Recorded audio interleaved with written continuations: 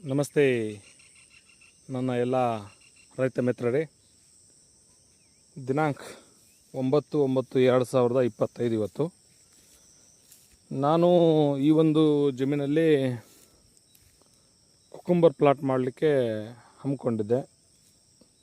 ಒಂದು ಆಘಾತಕಾರಿ ಘಟನೆ ನನ್ನ ಮನೆಯಲ್ಲಿ ನಡೆದಿದ್ದರಿಂದ ಆ ಒಂದು ಕುಕುಂಬರ್ ಪ್ಲಾಟ್ನ ಸಸಿಗಳು ನಾಶ ಆದವು.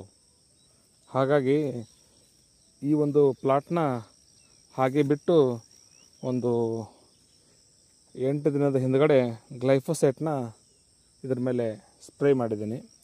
ಯಾಕಂದರೆ ಇದೆಲ್ಲ ಹುಲ್ಲು ಹಾಳಾಗಲಿ ಮತ್ತು ಮೊದಲಿನ ಥರ ನೆಲ ಮಾತ್ರ ಕಾಣಲಿ ಅನ್ನೋ ಒಂದು ಉದ್ದೇಶಕ್ಕೋಸ್ಕರ. ಏಕೆ ನಾನು ಈ ಒಂದು ವಿಡಿಯೋ ಮಾಡ್ತಾ ಇದ್ದೀನಿ ಅಂದರೆ, ಸುಮಾರು ರೈತರಿಗೆ ಕೆಲವೊಂದಿಷ್ಟು ಪ್ರಶ್ನೆಗಳಿರ್ತವೆ. ಆ ಪ್ರಶ್ನೆಗಳು ಉತ್ತರಗಳು ಸಿಗದೆ ಒದ್ದಾಡ್ತಾ ಇರ್ತವೆ.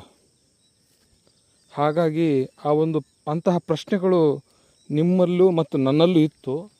ನನಗೆ ಉತ್ತರ ಸಿಗುತ್ತೆ ಅನ್ನೋ ಒಂದು ಉದ್ದೇಶದಿಂದ ಈ ಒಂದು ವಿಡಿಯೋ ಮಾಡ್ತಾ ಇದ್ದೀನಿ. ಸೀಡ್ಸ್ ಗೊತ್ತಲ್ಲ ನಿಮಗೆ. ಈಗ ಸೆಪ್ಟೆಂಬರ್ ಮಂತ್ ಇದು.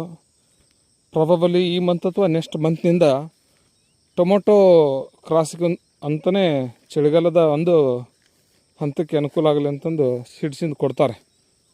ಆ ಒಂದು ನಿಟ್ಟಿನಲ್ಲೇ ಈ ಕೆಲಸ ಮಾಡ್ತಾ ಇರೋದು ನಾನೀಗ. ಯಾರಿಗಾದರೂ ರೈತರಿಗೆ ಆ ಒಂದು ವಿಚಾರಕ್ಕೆ ಸಂಬಂಧಪಟ್ಟಂಗೆ ತಿಳುವಳಿಕೆ ಇದ್ದರೆ, ನಾನು ಹೊಸಬ ಈ ಒಂದು ಫೀಲ್ಡ್ನಲ್ಲಿ, ಬಟ್ ನನಗೆ ಗೊತ್ತಿದೆ ಫರ್ಟಿಲೈಸರ್ ಯಾವ್ದು ಹಾಕಬೇಕು, ಕೆಮಿಕಲ್ಸ್ ಏನು ಸ್ಪ್ರೇ ಮಾಡಬೇಕು, ಮತ್ತು ಯಾವ ಸಮಯದಲ್ಲಿ ಅದನ್ನು ಹಾರ್ವೆಸ್ಟ್ ಮಾಡಿಸ್ಬೇಕಂತ ಗೊತ್ತಿದೆ. ಆದರೂ ಕೂಡ ನಾನು ಇನ್ನೂ ಕಲಿಯಬೇಕಾಗಿದೆ. ನಿಮಗೆ ಗೊತ್ತಿದ್ದಂಥ ರೈತರು ಡೇ 1 ಈಗ ಬೆಡ್ಡಿಂಗ್ ಎಲ್ಲ ಮಾಡಿದ್ದೀನಿ. ಬೆಡ್ಡಿಗೆ ಏನು ಹಾಕಿದ್ದೀನಿ ಅಂತ ಹೇಳ್ತೀನಿ ನಿಮಗೆ. ಟ್ರೈಕೋಡರ್ಮಾ ಸುಡೋಮೋನಾಸ್ ಗೊಬ್ಬರಗಳನ್ನು ನಾನು ಬೆಡ್ಡಿಂಗ್ ಮಾಡಿದ್ದೀನಿ, ಬೆಡ್ಡಿಗಷ್ಟೇ. ಮತ್ತು ಈ ಒಂದು ಕಳೆನಾಶಕ ಹೊಡೆದೆಲ್ಲ ಈ ಪ್ರದೇಶದಲ್ಲಿಲ್ಲ, ಓನ್ಲಿ ಬೆಡ್ಡಿಗಷ್ಟೇ ಹಾಕಿದ್ದೀನಿ. ನೆಕ್ಸ್ಟ್ ಹೋಲ್ ಮಾಡಿಬಿಟ್ಟು ಸಸಿಯನ್ನು ನಾಟಿ ಮಾಡ್ತಾವಲ್ಲ, ನಾಟಿ ಮಾಡೋಕ್ಕೂ ಪೂರ್ವದಲ್ಲಿ ಏನಾದರೂ ಮಾಡೋದಿದ್ದರೆ ಹೇಳಿ. ಮಾಡಿದ ಮೇಲೆ, ಅಂದರೆ ನಾಟಿ ಮಾಡಿದ ಮೇಲೆ ಏನು ಮಾಡಬೇಕು ಅನ್ನೋದನ್ನು ತಿಳಿಸಿ.